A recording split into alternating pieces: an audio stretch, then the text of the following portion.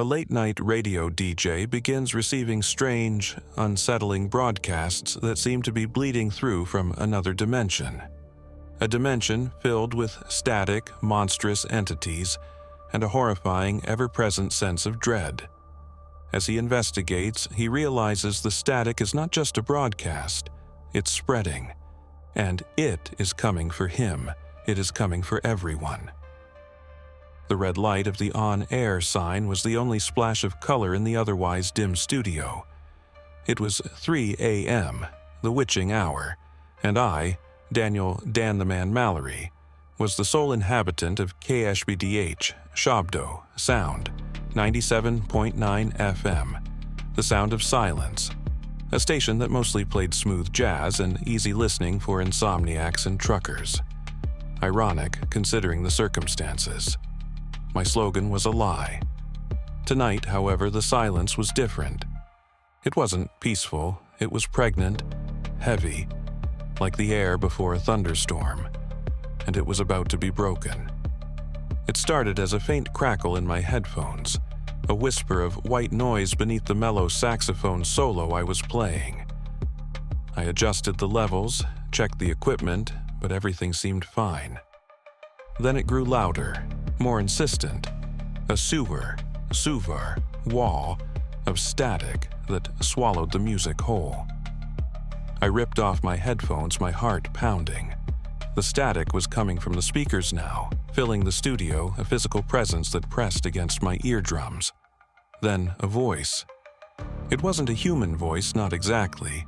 It was a chorus of voices, distorted, overlapping, speaking in a language I didn't understand, yet somehow felt deep within my bones.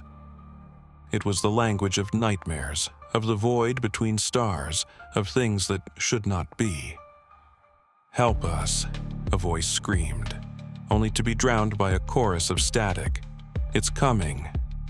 Another voice whispered close to my ear, even though I was alone. "Trapped, can't see." The voices, the static. It was all around me, inside me, a cacophony of pure, unadulterated dread. Then, as suddenly as it began, it stopped. The smooth jazz resumed, as if nothing had happened. The only evidence was the cold sweat on my brow and the tremor in my hands. I was alone again. I tried to dismiss it as a technical glitch, a freak occurrence. But deep down, I knew it was something more. Something far more sinister. Over the next few nights, the static returned, always during my late-night shift, always accompanied by those terrifying, distorted voices. And each time it grew stronger, more intense, more real. Each time the voices grew more desperate, more distinct. I started recording the broadcasts, analyzing them, trying to decipher the language, to understand what was happening. The static wasn't random. It was a signal, a message, and I was the only one who could hear it, the only one who could understand its true meaning.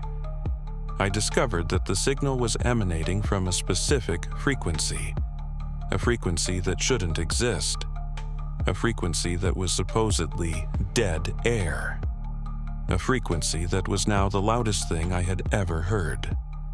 My research led me down a rabbit hole of forgotten Beitar radio experiments, government conspiracies, and whispers of a hidden dimension, a realm of existence that existed alongside our own, separated by a thin veil of reality, a place where the smiling ones could only dream to reach.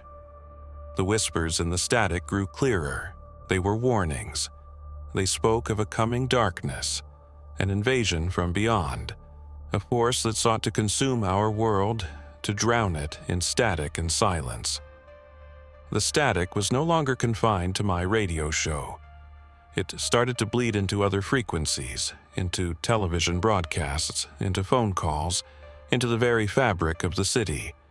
People started to change. They became distant, withdrawn, their eyes glazed over, their faces devoid of emotion. They started to listen to the static. They started to understand it. They are becoming them. The city was slowly being consumed, replaced by something else, something alien. The vibrant energy of the city was replaced by a heavy silence, broken only by the occasional chilling whisper of static and screams that seemed to come from another place. I saw them on the streets, their bodies contorting in unnatural ways, their mouths stretched into impossible grins, their eyes glowing with a cold, red light. They moved like puppets, their limbs jerky and uncoordinated. They were no longer human, they were something else, something from beyond the static. The infection was spreading faster than I anticipated. I knew what I had to do. I had to use my platform, my voice, to warn the world. I had to break through the static to reach those who were still human before it was too late. I barricaded myself in the radio station, surrounded by my equipment, by the tools that had become both my salvation and my curse. I knew they were coming for me. I could hear them scratching at the door, their whispers seeping through the walls. They wanted to silence me. They wanted to silence us all. They wanted to replace our voices with their own. I patched my equipment into the emergency broadcast system, overriding all other signals. My voice, amplified across the city, echoed through the deserted streets. "This is not a test," I said, my voice trembling but firm. "This is not a drill. There's something out there, something beyond our understanding. It's coming through the static. It's coming for us all." I told them everything I knew about the signal, about the entity, about the horrifying transformation that awaited them. I begged them to listen, to understand, to fight back. But even as I spoke, I knew it was futile. The static was too strong. The pull of the other side was too powerful. This is Koshbadich 97.9, broadcasting from the space between spaces, the silence beyond silence. We are the static. We are the echo. We are the end. Join us. Become one with the signal. Become one with the void. There is no more pain, no more fear, only the perfect, unending white noise. The static will consume you. It will consume everything. There is no escape.